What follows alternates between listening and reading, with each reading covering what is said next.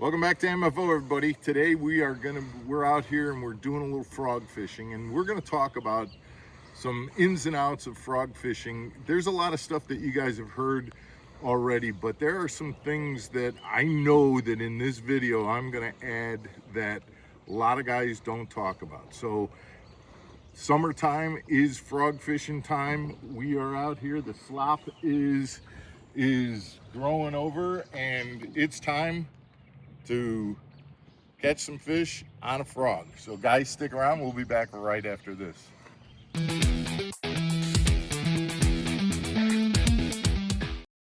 Welcome back to Mark Fisher Outdoors, everybody. I'm Mark Fisher. So we're talking about a frog. So one of the things right off the bat that I do want to talk about is that obviously when we're talking about hollow-bellied frogs, one of the things that I've found this year that is really working for me are some of these smaller type frogs rather than the big oversized frogs. Is just throwing a little mini baby frog has a tendency to work, especially if you've got a calm situation where there's not a lot of waves and things like that. But regardless of whether you're throwing a regular sized frog or a smaller frog, couple of tips that I always do is, number one, I will always take my hooks and just slightly bend them out.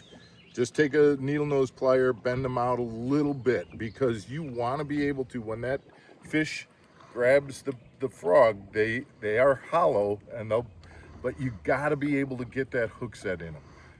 And so to do that, you want those points sticking out just a little bit. Now, one of the things that I do all the time as well, and it helps with that, is right here, prior to throwing this frog, I'm going to take this frog and I'm going to turn it backwards, and I'm going to open up where the hook goes in, that little hole there, and I'm going to put a couple of split shot and maybe a rattle and a couple of beads maybe. I want to have that bait rattle when I move it across the top. Now I want to show you this because I've done this. Now hopefully it works when I actually do this for you. Get it back into place. And I'm just gonna set this bait on the deck here.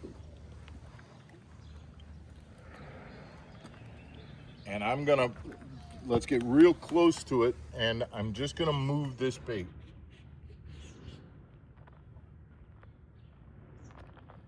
You can hear, we'll do that again. You can hear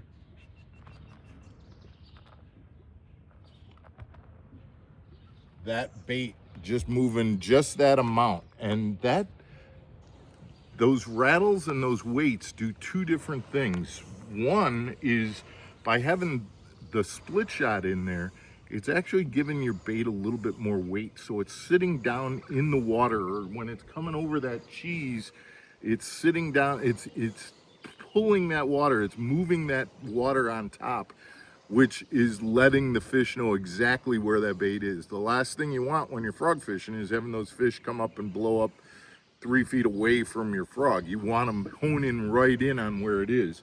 And the sound and the vibration and the fact that that bait is sitting in the water a little bit deeper into the water increases your hookups, increases the fact that the fish is finding your bait through all the matted grass and cheese and things like that, and you're going to get hooked up better.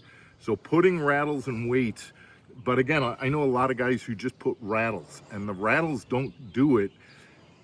You want to have the weight in there as well. And split shot to me works out the best. If you can get little tungsten beads or balls, that's fine too, but split shot to me works the best. Now, one of the other things that I do want to talk about that I think a lot of guys overlook is, obviously you're throwing a frog using braided line. I use 50-pound Power Pro. I do that wrong all the time. I'm using 50-pound Power Pro, a very stiff rod, But the reel to me is way more important than guys give you credit for. So here's what I want to point out with this. And if you can get kind of a pan shot of this, when I make a long cast with my frog, I'm going to work that frog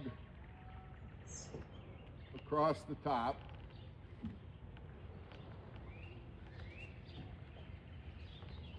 But now when I get to the end of that, and I've still got probably a quarter of my cast left to go. If I wasn't throwing a high-speed reel, now I'm chugging that bait back. But with a high-speed reel, I can get that bait back to my rod tip very quickly and go and make my next cast. Frog fishing is a technique where it's slow because you're chugging that bait along and you're kind of just moving it through and you're pausing it, and there's a lot of times when you want to just kind of creep it along. But once you get to the end of that area of grass, you need to get that bait back to your rod tip quickly and be able to get out there and make another cast. And so throwing a high-speed reel, using a high-speed reel when you're throwing a frog, to me is one of the most important elements of your frog setup. That, along with the braided line and a very heavy, stiff backbone rod. When that when that bass fights, you want to be able to let that fish take the frog, set the hook, and get that fish up and over and get them back in as quick as possible.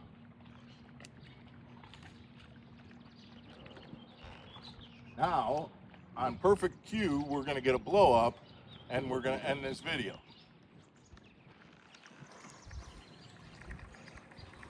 We'll make one more cast with our frog here.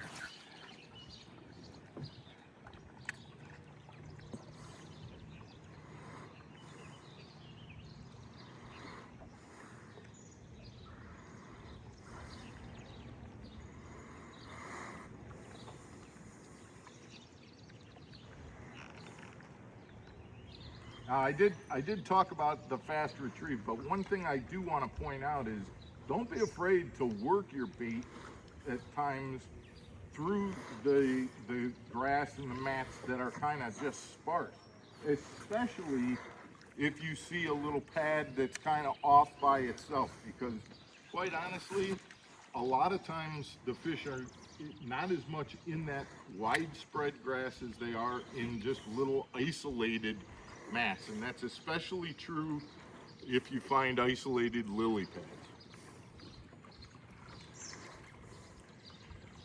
Guys, I hope these frog fishing tips help. This is the time. There is no better thing in the world than having fish blow up on a frog. It's the thing that got me into bass fishing in the first place when I was a teenager, and I just love it, and I know everybody just gets really excited about frog fishing. So hopefully these tips help. Get out there this summer in July and throw a frog, and we will see you again tomorrow for another episode of Mark Fisher Outdoors. Take care, everybody.